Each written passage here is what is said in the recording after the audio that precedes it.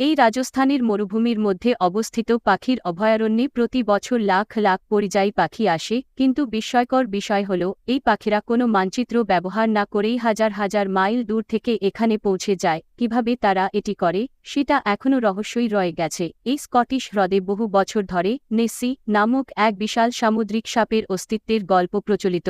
অসংখ্য দর্শন, ছবি ও ভিডিও সত্ত্বেও এর কোনো বৈজ্ঞানিক প্রমাণ পাওয়া যায়নি। তবে রহস্যটি এখনও মানুষের মনে কৌতূহল জাগিয়ে রেখেছে। এই অঞ্চলে অসংখ্য জাহাজ ও বিমান নিখোঁজ হয়ে গেছে। অনেকেই বিশ্বাস করেন এখানে অতিপ্রাকৃত কিছু শক্তি রয়েছে যা জাহাজ ও বিমানগুলোকে নিশ্চিহ্ন করে দেয়। তবে বেশিরভাগ বিশেষজ্ঞ মনে করেন এই ঘটনাগুলো মন্দ আবহাওয়া, যান্ত্রিক ত্রুটি ও নাবিকগত ভুলের ফলে ঘটেছে। ৫,০০০ বছরেরও পুরনো এই সিন্ধু সভ্যতার শহরে জল সরবরাহ ও নিষ্কাশন ব্যবস্থা ছিল অত্যন্ত উন্নত, কিন্তু এত প্রাচীনকালে এত উন্নত প্রযুক্তি কিভাবে তৈরি করা হয়েছিল সেটা এখনও রহস্যই রয়ে গেছে।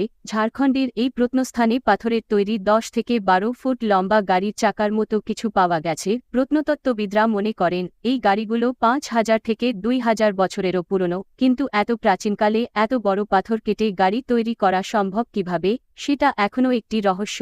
এইগুলো হলো বিশ্বের কিছু রহস্যময় স্থান যেগুলো বিজ্ঞানকে চ্যালেঞ্জ করে। হয়তো একদিন এই রহস্যগুলো উন্মোচিত হবে, কিন্তু এখনও অবধি এগুলো আমাদের কৌতূহল জাগিয়ে রেখেছে।